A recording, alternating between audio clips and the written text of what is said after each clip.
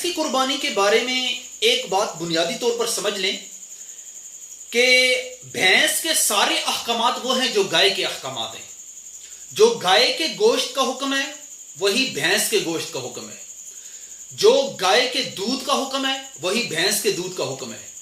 जो गाय की ज़कात का हुक्म है कि 30 गायों पर एक तबिया, 40 गायों पर एक मुसिन्ना, इसी कैलकुलेशन से भैंसों की भी ज़कात दी जाएगी।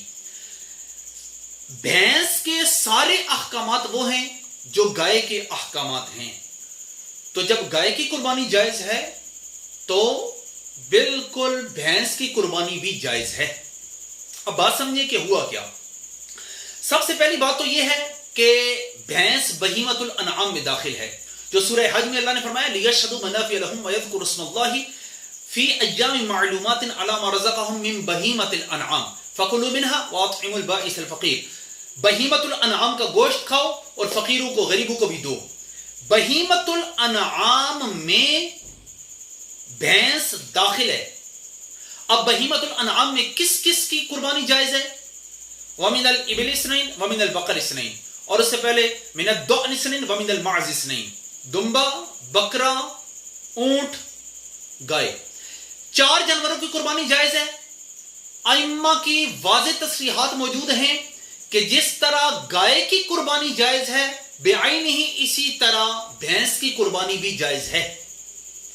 मुस्नदुल फिरदौस की रिवायत है मौला अली कर्रमल वजहल करीम से, मौकूफन हदीस मरवी है। आप फरमाया करते थे कि भैंस की कुर्बानी 7 बंदों की तरफ से जायज है। 7 बंदों की तरफ से कुर्बानी की जा सकती है। मैक्सिमम लिमिट 7 बंदे हैं, कम से कम 6 भी हो सकते हैं, 5 भी, 2, 3, 1 बंदे की तरफ से भी हो सकती है। मैक्सिमम 7 बंदों की तरफ से भैंस की कुर्बानी जायज है। यह मौला अली से मौकूफन रिवायत मरवी है। इसके बाद मुवत्ता इमाम मालिक में हदीस मरवी है। इमाम मालिक फरमाते हैं कि इन्नमा हिया बकरतुन कुल्लुहा, जामूस यानी गाय, भैंस, ये सारी की सारी गाय है। जो हुक्म गाय का है वही हुक्म भैंस का भी है। इमाम अहमद बिन हंबल से भी पूछा गया, आपने भी फरमाया कि मैं इसके बारे में इख्तिलाफ जानता ही नहीं हूं, यानी किसी बंदे ने आज से पहले इख्तिलाफ किया ही नहीं है इस बारे में, भैंस की कुर्बानी के बारे में बिल्कुल जायज है। इमाम अहमद बिन हंबल भी इसके जवाज के कायल हैं।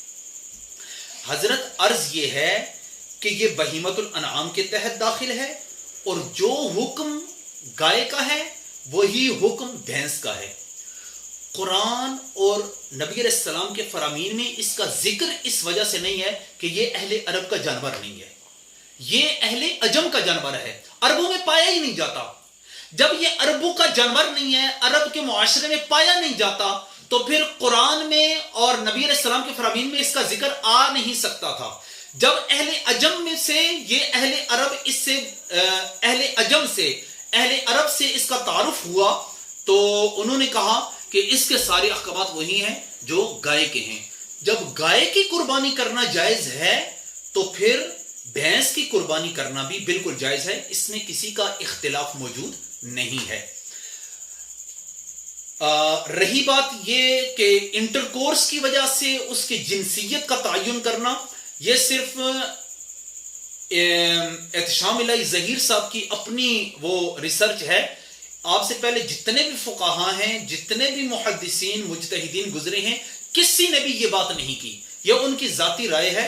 और हत्ता के गैर मुक़ल्लिदीन के जो बड़े बड़े आइमा गुजरे हैं, सनाउल्लाह अमृतसरी साहब, हाफिज जुबैर अली ज़ई साहब, हत्ता के वो पेशावर के मौलाना अमीनुल्लाह पेशावरी साहब, सब गैर मुक़ल्लिदीन भी इसके, नज़ीर हुसैन साहब, सब इसके जवाज के कायल हैं। वो कहते हैं कि भैंस के कुर्बानी के सारे अहकामात वो हैं जो गाय के हैं। जब गाय की कुर्बानी जायज है तो भैंस की कुर्बानी करना भी जायज है। इसमें मुतक़द्दिमीन के यहाँ कोई इख्तिलाफ नहीं पाया जाता था। फमा अलैया इल्लल बलाग।